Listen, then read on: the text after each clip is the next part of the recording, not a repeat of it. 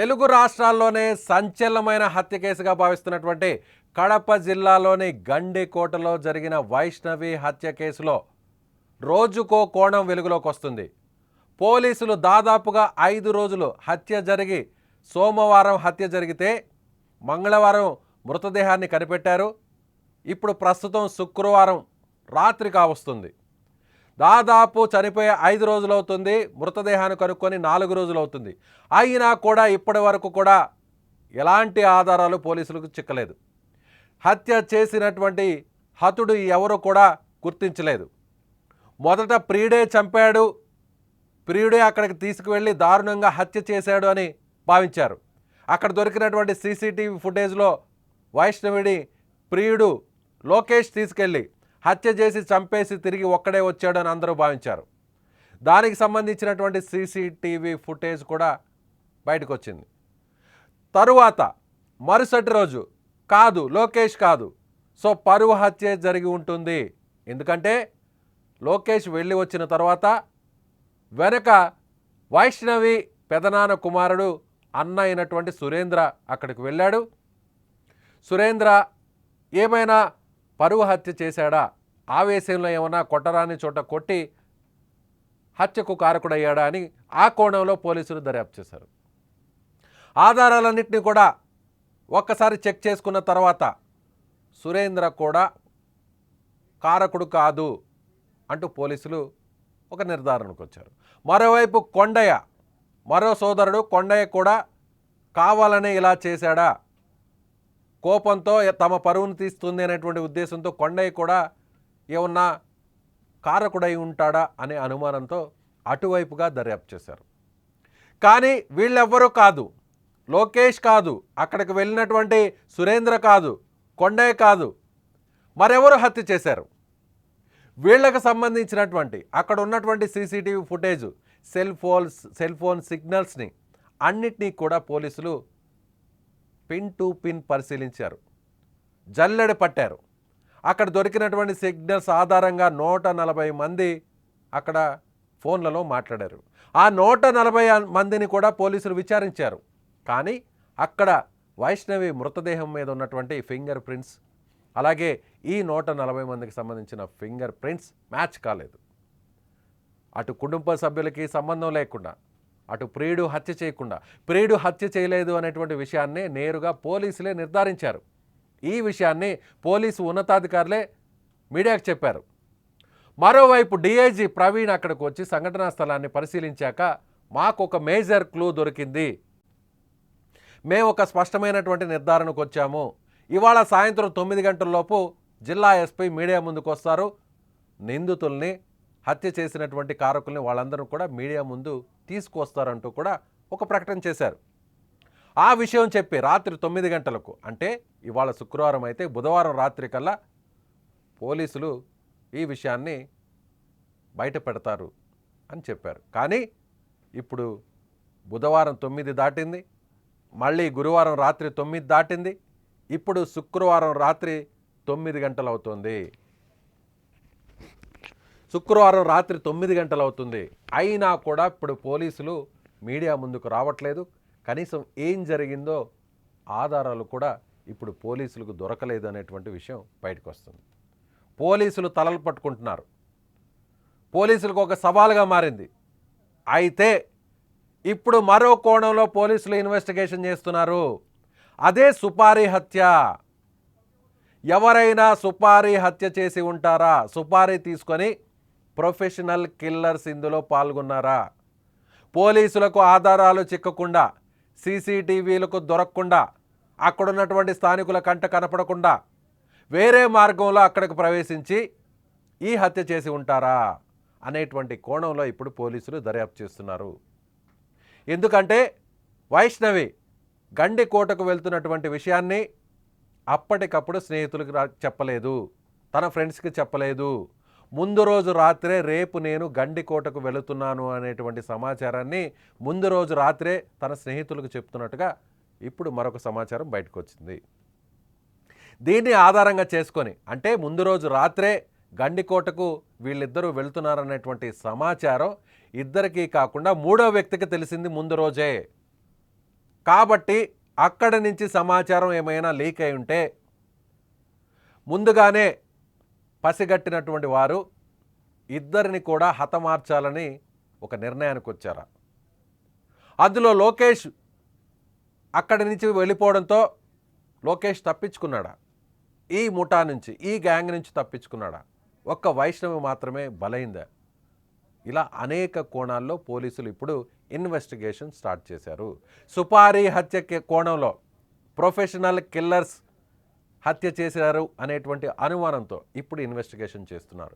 ఎందుకంటే అక్కడికి వెళ్ళడానికి సీసీటీవీలు ఉన్నటువంటి మార్గమే కాకుండా వేరే మార్గాలు కూడా ఉన్నాయా అనేటువంటి యాంగిల్లో ఇప్పుడు ఇన్వెస్టిగేషన్ జరుగుతుంది. మరోవైపు వైష్ణవి, లోకేష్ ఈ ఇద్దరు మొదటిసారే గండికోటకు వెళ్ళారా, లేదంటే గతంలో అనేక సార్లు గండికోటకు వెళ్ళినటువంటి విషయం ముందుగానే వీళ్లకు తెలుసా?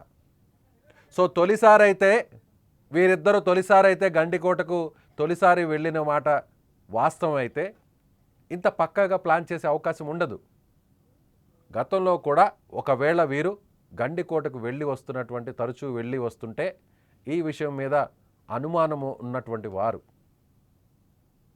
ఒకవేళ సుపారీ హత్య చేయించుంటారా అనేటువంటి కోణంలో ఇప్పుడు పోలీసులు దర్యాప్తు చేస్తున్నారు. ప్రస్తుతం దీనికి సంబంధించినటువంటి సమాచారాన్ని పోలీసులకు అంతు చిక్కకుండా పోలీసులకు ఒక సవాలుగా మారినటువంటి వైష్ణవి హత్య కేసుకు సంబంధించి పోలీసులు ఏమంటున్నారు, పోలీసులు ఏ యాంగిల్లో ఇప్పుడు ఇన్వెస్టిగేషన్ చేస్తున్నారు, దొరికినటువంటి ప్రతి ఆధారాన్ని కూడా వదిలిపెట్టకుండా చాలా డీటెయిల్డ్గా ఇన్వెస్టిగేషన్ చేస్తున్నటువంటి విషయాన్ని గురించి సుమన్ టీవీ కడప ప్రతినిధి సుదర్శన్తో మాట్లాడే ప్రయత్నం చేద్దాం.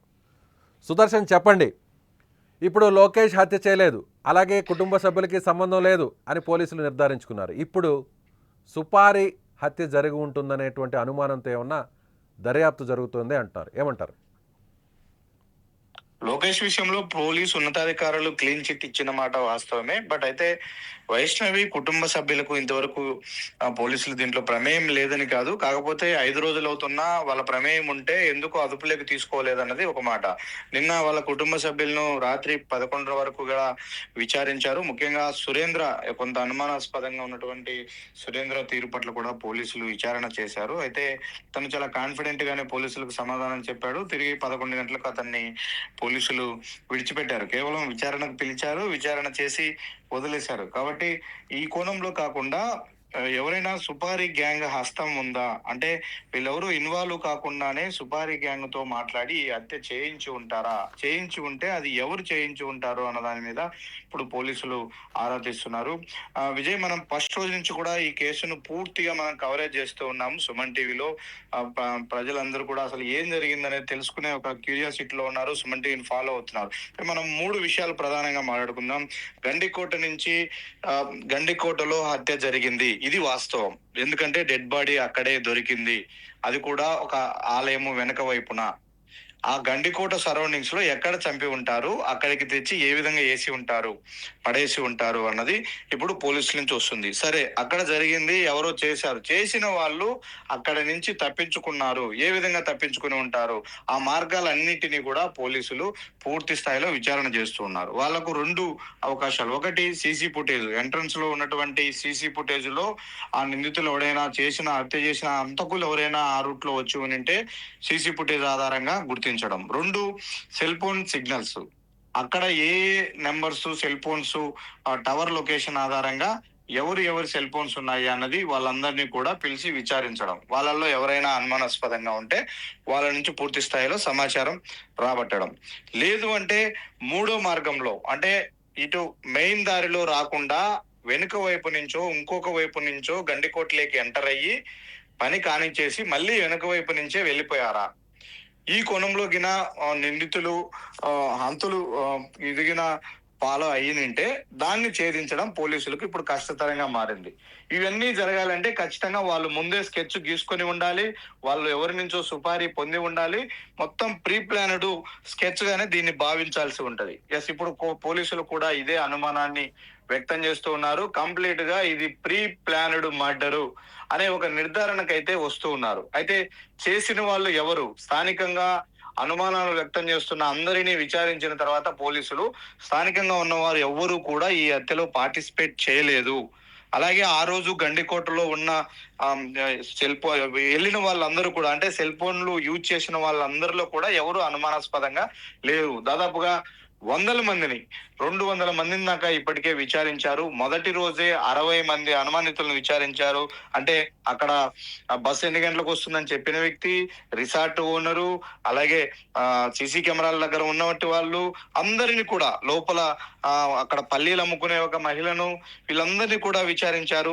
ఎలాంటి డేటా, ఎలాంటి క్లూ రాలేదు. ఆ రోజు నుంచి ఈ రోజు వరకు వందల మందిని అనుమానం వచ్చిన ప్రతి ఒక్కరిని కూడా విచారిస్తున్నారు. ఇప్పటికే ఈ కేసులో ఒక 5-6 బృందాలుగా పోలీసులు విడిపోయి విచారణ కొనసాగిస్తున్న పరిస్థితి. అయితే ఇక్కడ ఏ ఒక్కరి నుంచి కూడా అనుమానాస్పదంగా ఉన్నటువంటి క్లూ రావట్లేదు, సమాచారం రావట్లేదు. కాబట్టి ఖచ్చితంగా బయట నుంచి సుపారీ తీసుకున్నటువంటి గ్యాంగ్ అది కూడా ప్రొఫెషనల్ కిల్లర్ గ్యాంగే. ఎందుకంటే అక్కడ సీన్ ను పరిశీలిస్తే ఒక్క చిన్న క్లూ కూడా ఒక 30-40 మంది క్లూస్ టీమును ఒక రోజంతా కూడా అంటే 12 గంటల పాటు అక్కడ ప్రతి అణువు వెతికారు.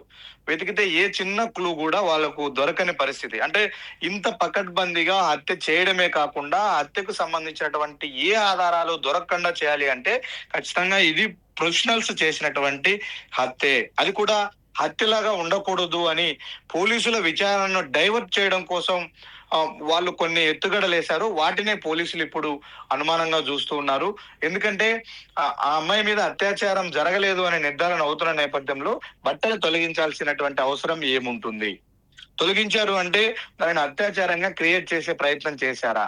అంటే చేస్తే పోస్ట్ మార్టం రిపోర్ట్ లో తేలిపోతుందని హంతకులకు కూడా తెలుసు. కానీ లోకేష్ అనే ప్రియుడితో ఆ అమ్మాయి 2 గంటల పాటు రూమ్ లో ఉండింది అనే ఇన్ఫర్మేషన్ ఉంటుంది. కాబట్టి దానికి మ్యాచ్ అయ్యే విధంగా అంటే వాళ్ళు ఏ రోజు గండికోటకి వెళ్తారు, వాళ్ళు ఎక్కడ స్టే చేస్తారు, మళ్ళీ తర్వాత ఎక్కడికి వెళ్తారు, ఇవన్నీ కూడా ముందే వాళ్లకు తెలుసు అన్న కోణంలో పోలీసులు అనుమానిస్తూ ఉన్నారు. ఎందుకంటే ఆ అమ్మాయి ఒక స్నేహితురాలతో షేర్ చేసుకున్నది రేపు నేను గండికోటకు వెళ్తున్నాను అని ఆ స్నేహితురాల ద్వారా తెలిసిందని కూడా చెప్తూ ఉన్నారు. అంటే ముందే తెలిస్తే మాత్రం ఇవన్నీ ప్లాన్ చేయడానికి అవకాశం ఉండే ఛాన్సు ఉంది. ఇప్పుడు నిందితులు అక్కడ నుంచి పారిపోయినటువంటి మార్గాలపైన పోలీసులు నిఘా పెట్టారు, అన్వేషణ చేస్తున్నారు. సుదర్శన్ ఇప్పుడు మీరు చెప్తున్నట్టుగా అలాగే పోలీసులు అనుమానిస్తున్నట్టుగా చూస్తే సీసీటీవీలు ఉన్నటువంటి మార్గం గుండా కాకుండా అక్కడ చంపబడినటువంటి ఆ ప్రాంతానికి వేరే మార్గాలు ఏమైనా ఉన్నాయా? అవును, వీటిని ఫైండ్ అవుట్ చేయడం కోసమే నిన్నటి రోజున పోలీసులు ఒక అత్యాధునిక కెమెరా, డ్రోన్ కెమెరాతో వాళ్ళు గండికోట మొత్తాన్ని కూడా ఒక రేంజ్ హైట్ లో కంప్లీట్ గా వీడియో తీశారు. ఆ వీడియో అంతటిని కూడా పెద్ద స్క్రీన్ లో వేసుకొని వాళ్ళు పూర్తిగా అనాలిసిస్ చేశారు. రంగనాయక స్వామి ఆలయం దగ్గర డెడ్ బాడీ వెనకవైపు పడి ఉన్నటువంటి డెడ్ బాడీ దగ్గర నుంచి ఒక పర్సన్ ఉంటే ఆ పర్సన్ ఏ మార్గాల్లో గండికోట దాటుకొని మామూలు ప్రాంతానికి వెళ్లే అవకాశం ఉంటది అనే కోణంలో ఫైండ్ అవుట్ చేయడం కోసం డ్రోన్ వీడియోస్ కూడా తీసి వాళ్ళు అనాలిసిస్ చేశారు.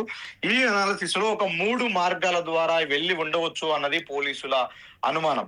అది గండికోటకు వెనుక వైపున ఉన్నటువంటి ఇంకొక టెంపుల్ ఉంది, మాధవరాయ స్వామి టెంపుల్. ఆ టెంపుల్ సైడ్ నుంచి అటువైపు దాటుకోవడానికి ఒక అవకాశం ఉంది. మరొకటి ఇటువైపు ఏదైతే ఏపీ టూరిజం వాళ్ళు బోటింగ్ నిర్వహిస్తారో ఆ బోటింగ్ సైడ్ నుంచి కూడా అంటే నడుచుకుంటూ వెళ్ళడానికి, సీసీ కెమెరాల్లో చిక్కకుండా నడుచుకుంటూ వెళ్ళడానికి అక్కడ ఒక అవకాశం ఉంది. లేదు అంటే కెనాన్ ఉంటుంది, అంటే పెన్నా నది ప్రవహించేటువంటి ఆ లోయ ఏదైతే ఉందో ఆ లోయలో ఒక పాయింట్ దగ్గర దిగితే బోట్ ను క్యాచ్ చేయొచ్చు. ఆ స్పీడ్ బోట్లు కూడా అక్కడ అందుబాటులో ఉన్నాయి. బోటింగ్ అక్కడ మామూలుగా నిర్వహిస్తూ ఉంటారు.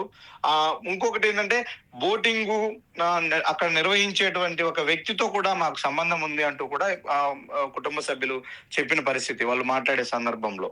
కాబట్టి అక్కడికి వెళ్ళి ఆ బోట్ పికప్ చేసుకొని ఇటు గండికోట వైపు గాని ఇటు మైలవరం వైపు గాని వెళ్లే ఛాన్స్ ఉంటుంది. అది కూడా రాత్రి సమయం వరకు అక్కడే మాటు వేసి రాత్రి సమయంలో పారిపోయి ఉండవచ్చు. ఈ మార్గాల్లో వెళ్తే మాత్రం ఇప్పటి వరకు వాళ్ళను గుర్తించలేము. వాళ్ళు పూర్తిగా ఎలాంటి సెల్ ఫోన్స్ వాడలేదు, సిగ్నల్స్ అందుబాటులో లేవు. అలాగని ఎలాంటి అక్కడ ఫింగర్ ప్రింట్స్ కానీ ఇంకోటి కానీ ఎలాంటి క్లూస్ దొరకకుండా చేశారు. వాటన్నిటిని చెరిపేశారు.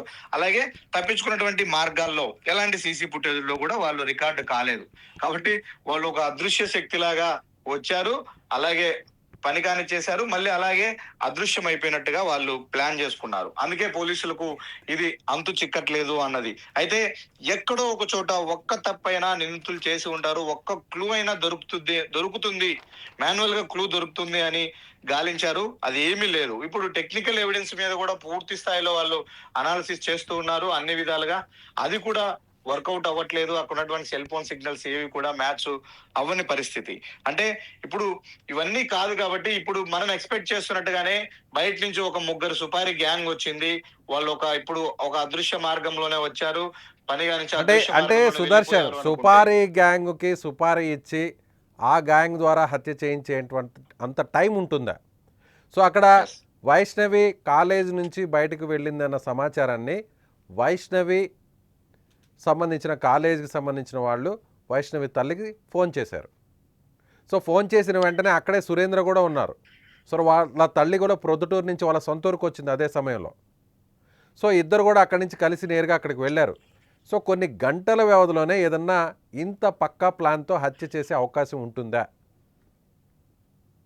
ఇప్పుడు మీరు అడిగిన క్వశ్చన్ బట్టి ఇంకొక క్రూషియల్ అనుమానం పోలీసులు వ్యక్తం చేస్తున్నటువంటి అనుమానం ఏంటి అంటే, ఈ జంట వీళ్ళు గత కొంతకాలంగా ప్రేమించుకుంటూ ఉన్నారు. గతంలో కూడా వీళ్ళు అలా బయటికి వెళ్ళారు, తిరిగేసి వచ్చారు. ఈ సమాచారం తెలిసినాక అతన్ని మందలిచ్చారు. మేము మందలిచ్చామని వైష్ణవి కుటుంబ సభ్యులే చెప్తూ ఉన్నారు. ఇప్పుడు పోలీసులు చేస్తున్నటువంటి అనుమానం వైష్ణవి లోకేష్ జంట, ఈ ప్రేమ జంట గండికోటకు రావడం ఇది ఫస్ట్ టైమా? గతంలో ఎప్పుడైనా గండికోటకు వచ్చారా? వచ్చింటే అప్పట్లో వచ్చినప్పుడు ఆ సమాచారం పేరెంట్స్ కానీ బంధువులకు కానీ తెలిసిందా?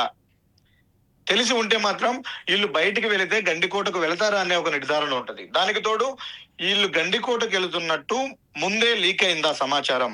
మీరు ఇందాక అన్నట్టు గండికోటకు వెళ్తున్నాము అని స్నేహితురాలికి చెప్పింది, అలాగే కాలేజీ దగ్గర చెప్పింది. వీళ్ళు కాకుండా మూడో వ్యక్తికి ఎవరికైనా తెలిసి ఉంటుందా ముందు రోజు?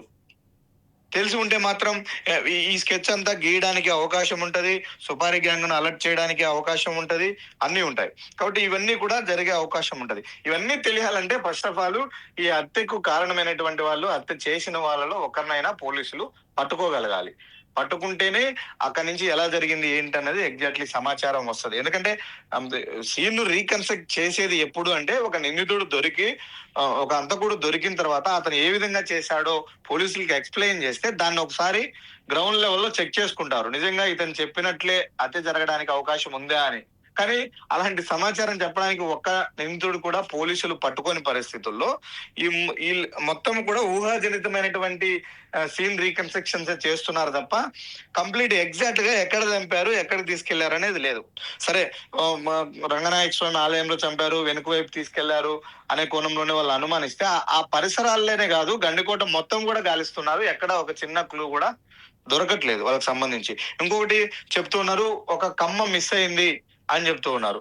ఈ కమ్మ మిస్ అవ్వడం కానీ, అమ్మాయి ఒంటిపైన బట్టలు తొలగించడం కానీ, అలాగే బ్యాగులు, ఆ ఓని క్యారీ బాక్స్ అక్కడక్కడ డ్రాప్ చేయడం కానీ, ఇవన్నీ కూడా అక్కడ ఉన్నటువంటి హంతకులు వేసినటువంటి స్కెచ్. కేసును పక్కదారి పట్టించడం కోసం, పోలీసులను పక్కదారి పట్టించడం కోసం వేసినటువంటి స్కెచ్ ఇది. ఎందుకంటే సీన్ ను అనాలిసిస్ చేయడం ద్వారానే హత్య ఎలా జరిగి ఉంటది, ఎవరు చేసి ఉంటారనే నిర్ధారణ కనుక్కోలేని విధంగా వాళ్ళు అక్కడ చేశారు. అందుకే ఇప్పుడు పోలీసులకు అంతు చిక్కట్లేదు. దానికి తోడు హంతకులు అక్కడ అటెండ్ అయ్యారు, అక్కడ లైవ్ లో ఉన్నారు అని చెప్పడానికి ఎలాంటి ఇన్ఫర్మేషన్ లేదు.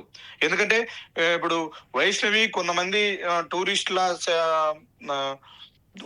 సెల్ఫీల్లో రికార్డ్ అయింది, ఆ అమ్మాయి లైవ్లీగా కనిపించింది అని చెప్తూ ఉన్నారు. అదే సెల్ఫీలలో, టూరిస్టుల సెల్ఫీలలో వీళ్ళు ఆ అమ్మాయిని చంపడానికి వచ్చిన వాళ్ళు కూడా ఫోటోలు కూడా ఏమన్నా అనుమానాస్పదంగా రికార్డ్ అయి ఉంటాయా అని కూడా ఆ కోణంలో కూడా పోలీసులు అనాలిసిస్ చేశారు. అలాంటి సెల్ఫీలను సేకరించిన ప్రయత్నంలో వైష్ణవి ఉన్నటువంటి వీడియోసే దొరికాయి. మిగిలిన సెల్ఫీల్లో అనుమానాస్పదంగా ఉన్న వాళ్ళను కూడా పిలిపించి విచారణ చేశారు.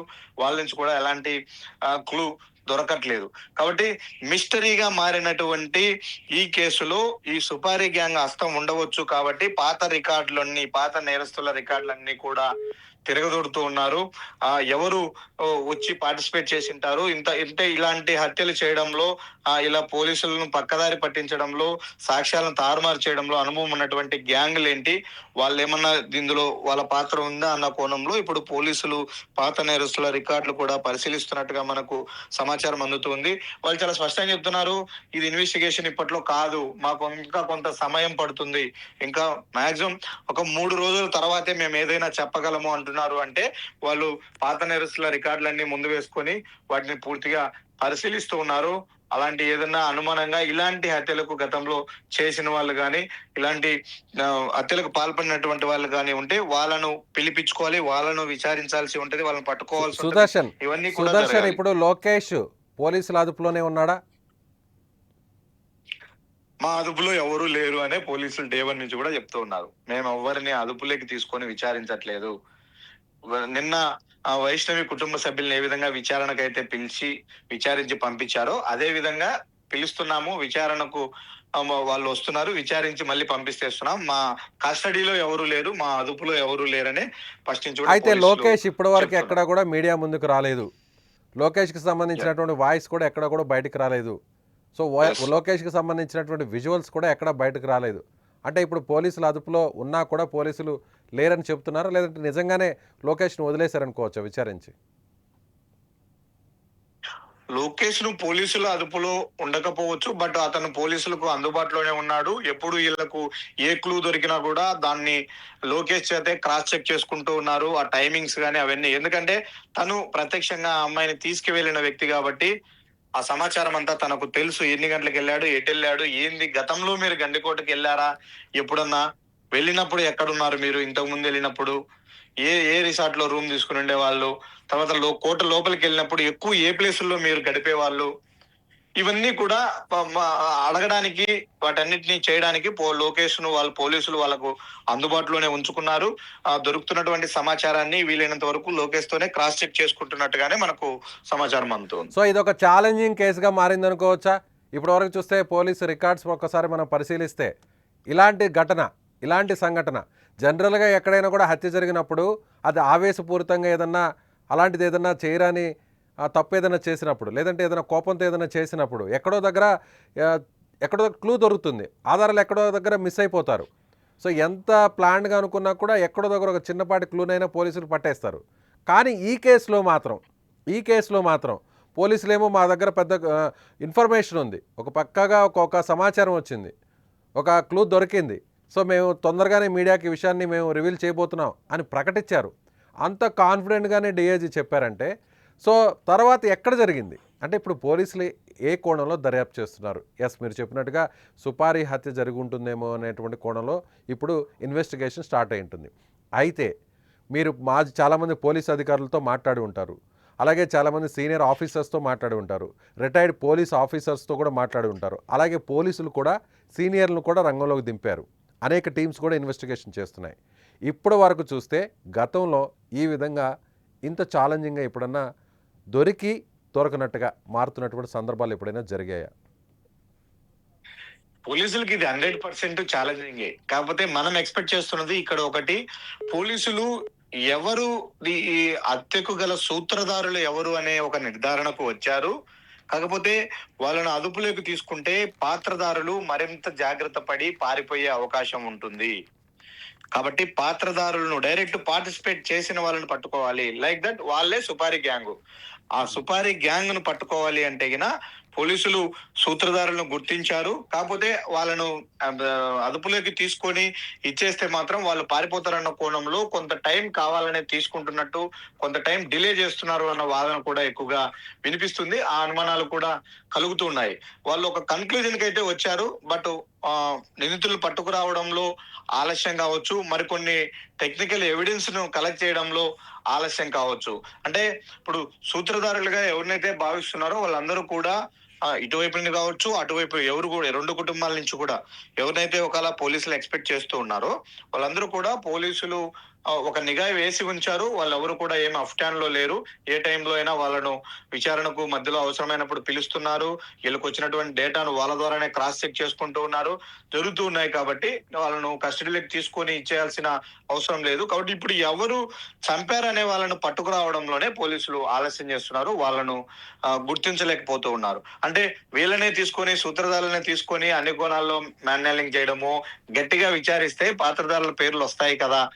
అని అనడానికి అవును. ఇక్కడ కొంత కానీ పోలీసులు కానీ ఈ విషయంలో ఇది సున్నితమైన అంశం. సున్నితమైన అంశం కాబట్టి తాత్సారం చేస్తూ పక్కాగా ఉన్నారు. ఆధారాలు దొరికిన తరువాతే సో, ఒకవేళ వీళ్ళకి యెస్. పోలీసులు ఉన్నటువంటి అనుమానం అంటే ఒక నిర్ధారణకు వచ్చినప్పటికి కూడా మోటో ఏంటి అనేది ఒక నిర్ధారణకు వచ్చినా కూడా మర్డర్ వెనక ఉన్నటువంటి కారణం ఏంటి అనేది కూడా తెలిసినా కూడా సో, ఖచ్చితంగా పూర్తి స్థాయిలో సాక్ష్యాధారాలన్నింటిని కూడా కలెక్ట్ చేసుకున్న తర్వాతే మీరన్నట్టుగా హత్య చేసినటువంటి వారిని పట్టుకున్న తర్వాతే దీని వెనకున్న వారిని కూడా బయట పెట్టాలనేది ఇప్పుడు పోలీసులు ఆలోచిస్తున్నారు. అంతే అంటారా? యెస్. అదే జరుగుతూ ఉంది. అందుకే డిలే అవుతుంది. టైం ఇస్తున్నారు. వాళ్ళు కొంత ఓపికతో, సహనంతో పోలీసులైతే చాలా పకడ్బందీగానే కేసుని తీసుకెళ్తున్నారు. బట్ ఛేదిస్తారు త్వరలోనే. దీంట్లో ఛేదిస్తారు. ఆ క్లూ దొరికింది అనేది ఒక టాక్ నడుస్తోంది. రైట్ సుదర్శన్. రైట్. సో, ఇది సుదర్శన్ మా కడప ప్రతినిధి, సుమన్ టీవీ కడప ప్రతినిధి మొదటి నుంచి కూడా అక్కడ స్పాట్‌కి వెళ్ళారు. ప్రతిరోజు కూడా అక్కడికి గండికోటకు వెళ్ళి అక్కడ జరిగినటువంటి ప్రతి ఇన్సిడెంట్‌ను కూడా కవర్ చేశారు. సో, అక్కడ పోలీసు అధికారులతో కూడా మాట్లాడుతున్నప్పుడు ఏమంటున్నారంటే ఖచ్చితంగా తమ దగ్గర ఒక సమాచారం ఉంది. హత్య జరగడానికి గల కారణాన్ని మేము ఇప్పటికే విశ్లేషించుకున్నాం. ఒక నిర్ధారణకు వచ్చాం. అయితే సూత్రధారులు తమకు తెలుసు. కానీ పాత్రధారులు ఎవరు? అంటే హత్య చేయించిన వారు ఎవరు అనేటువంటి సమాచారం తమ దగ్గర ఉంది. కానీ హత్య చేసింది ఎవరు? హత్య చేసింది ఇక్కడ ఈ కుటుంబానికి సంబంధించిన వారో లేదంటే అవతల కుటుంబానికి సంబంధించిన వారో అయితే వాళ్ళెవరు కూడా నేరుగా పార్టిసిపేట్ చేయలేదు. లోకేష్ కూడా చేయలేదు. ప్రియుడు లోకేష్ కూడా హత్య చేయలేదు. సో, మూడవ వ్యక్తి ఎవరో ఉన్నారు. అంటే బయట వ్యక్తులు, సుపారీ గ్యాంగ్. సుపారీ గ్యాంగ్ అంటే బయట నుంచి వచ్చి పథకం ప్రకారం వచ్చి హత్య చేసి వెళ్ళేటప్పుడు కూడా అంటే ముందుగా అక్కడ రెక్కీ లాంటిది నిర్వహించుకొని, ఎందుకంటే ఒకవేళ లోకేష్ వైష్ణవీలు రెగ్యులర్గా ఏకాంతంగా గడపడం కోసం, ప్రైవసీగా ఉండడం కోసం గండికోటకు వెళుతున్నారనేటువంటి సమాచారం, తరచూ వెళుతున్నారనేటువంటి సమాచారం హత్య చేయించిన వారికి తెలుసుంటే, సో లోకేష్ వైష్ణవి అక్కడికి వెళతారనేటువంటి సమాచారం ముందే తెలిసి ఉంటే ఇది ఖచ్చితంగా పథకం ప్రకారం జరిగినటువంటి హత్యగానే పోలీసులు భావిస్తున్నారు.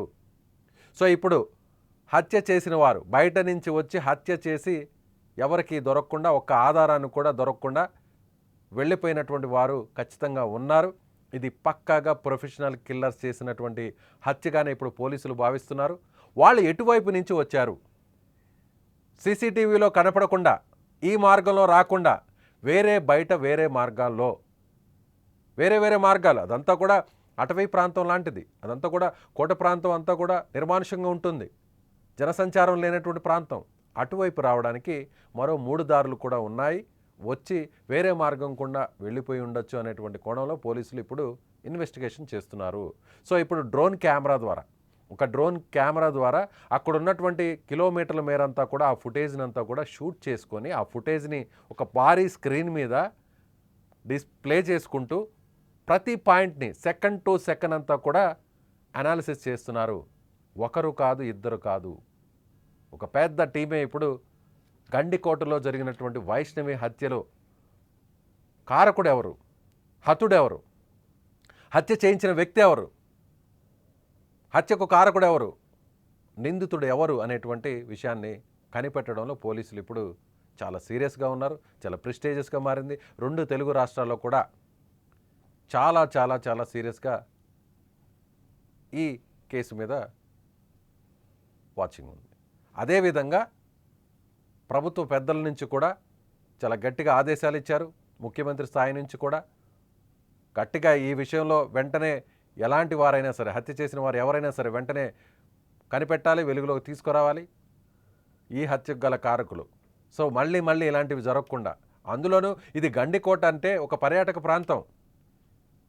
చాలామంది వస్తుంటారు, అనేక సినిమా షూటింగ్లు కూడా ఇక్కడ జరిగాయి, పర్యాటకులు వస్తుంటారు, అక్కడ రిసార్ట్స్ ఉన్నాయి. సో ఈ కేసు వల్ల, ఇక్కడ హత్య జరిగింది అనేటువంటి ఈ కేసు వల్ల గత కొన్ని రోజుల నుంచి చూస్తున్నాం, అన్ని మీడియాల్లో, అన్ని దినపత్రికల్లో, సోషల్ మీడియాలో ప్రతి చోట కూడా వైష్ణవి హత్య గురించే ఇప్పుడు చర్చ. ఈ హత్యకు సంబంధించినటువంటి అనేక కోణాలంతా కూడా ప్రసారం జరుగుతుంది. కాబట్టి ఈ గండికోటకు పర్యాటకుల తాకిడి తగ్గే అవకాశం ఉంటుందేమో ఈ హత్య వల్ల. సో బయట వ్యక్తులు, అక్కడ ఎవరైనా పర్యాటకులు అక్కడికి వచ్చి సేద తీరాలన్నా కూడా, పర్యటించాలన్నా కూడా సేఫ్ ప్లేస్ కాదేమో అనేటువంటి ఒక భయం ఏర్పడుతుంది. కాబట్టి ప్రభుత్వం కూడా దీన్ని చాలా సీరియస్గా తీసుకుంది. ఒక పర్యాటక ప్రాంతంలో ఈ విధంగా హత్య జరగడం అనేది అందరికీ కూడా ఇది ఒక ప్రెస్టీజియస్గా మారింది. సో చూద్దాం, పోలీసులు ఇప్పుడు అనుకున్నట్టుగా సుపారీ గ్యాంగ్, ప్రొఫెషనల్ కిల్లర్స్, ఆరితేరిన వారు, ఇలా హత్య చేయడంలో, క్రైమ్ చేయడంలో ఆరితేరిన వారే వైష్ణవిని పక్కాగా పకడ్బందీగా, ఎవరికి అనుమానం రాకుండా, పోలీసులకు కూడా దొరకకుండా, ఎలాంటి క్లూ దొరకకుండా, వందల మంది పోలీసులు పనిచేస్తున్న వాళ్లకు కూడా ప్రతి అణువు జల్లెడ పట్టినా కూడా ఎలాంటి ఆధారాలు ఇప్పటివరకు లభించలేదంటే ఇది ఖచ్చితంగా సుపారీ గ్యాంగ్ పని అని పోలీసులు భావిస్తున్నారు. సో సూత్రధారులు, హత్య చేయించిన వారు ఎవరు అనేటువంటి అనుమానాలు ఉన్నప్పటికీ కూడా వాళ్ళని గట్టిగా విచారిస్తే, వాళ్ళని గట్టిగా పోలీసుల యాంగిల్లో వాళ్ళ స్టైల్లో విచారిస్తే వాస్తవాలు బయటకు వస్తాయి. కానీ ఇది సున్నితమైనటువంటి విషయం. ఎందుకంటే ఒకవేళ అనుమానం ఉన్న వ్యక్తులు ఆ పని చేయకుండా ఉంటే పోలీసుల మీద అపవాదం వస్తుంది, పోలీసులకి చెడ్డ పేరు వస్తుంది. కాబట్టి ఆచితూచి వ్యవహరిస్తున్నారు పోలీసులు. సో హత్య చేసిన వారు, అది సుపారీ గ్యాంగ్ అయినా, థర్డ్ పార్టీ అయినా, ఎవరైనా సరే ముందు వాళ్ళని పట్టుకుంటే వాళ్ళ ద్వారా దీని వెనకున్నటువంటి వారు ఎవరు అనేటువంటి నిర్ణయానికి రావచ్చు. అప్పుడు వారిని అదుపులోకి తీసుకోవచ్చు అనేది ఇప్పుడు పోలీసులు ఆలోచిస్తున్నటువంటి తీరు. సో కొంత టైం పట్టే అవకాశం ఉంది, మరో 2 రోజులు పట్టే అవకాశం ఉందనేది పోలీసులు కూడా అనధికారికంగా చెప్తున్నారు. కొంత ఆలస్యం జరిగినా కూడా, కొంత జాప్యం జరిగినా కూడా ఇది పక్కాగా జరిగినటువంటి హత్య కాబట్టి, ప్లాన్ ప్రకారం జరిగినటువంటి హత్యగా భావిస్తున్నాం. కాబట్టి కొంత సమయం తీసుకొనైనా సరే, దీని వెనక ఎవరున్నా సరే, ఎలాంటి క్లూ వదులుకున్నా సరే, ప్రొఫెషనల్ కిల్లర్స్ ఉన్నా కానీ, లేదా ఫ్యామిలీస్ ఇన్వాల్వ్మెంట్ ఉన్నా కానీ, అది ఏ ఫ్యామిలీ అయినా, వైష్ణవి ఫ్యామిలీ మెంబర్స్ ఎవరైనా దీని వెనకున్నా, లేదంటే లోకేష్ ఫ్యామిలీ మెంబర్స్ ఎవరైనా దీని వెనకున్నా, లేదంటే లోకేష్కే దీనికి సంబంధం ఉన్నా, ఖచ్చితంగా పోలీసులు ఛేదిస్తారు. చాలా ప్రెస్టీజియస్గా తీసుకున్నారు. చూద్దాం ఏం జరుగుతుందో, ఏం జరగబోతుందో కూడా వేచి చూద్దాం. సో మీరేమనుకుంటున్నారు? పోలీసులు ఇప్పుడు మరో కోణంలో విచారణ జరుపుతున్నారు. సుపారీ గ్యాంగ్ పనే ఇదే అని భావిస్తూ ఇప్పుడు ఆ కోణంలో ఇన్వెస్టిగేషన్ని స్టార్ట్ చేశారు. మీరేమనుకుంటున్నారు? మీ అభిప్రాయాన్ని కామెంట్ బాక్స్లో తెలియచేయండి.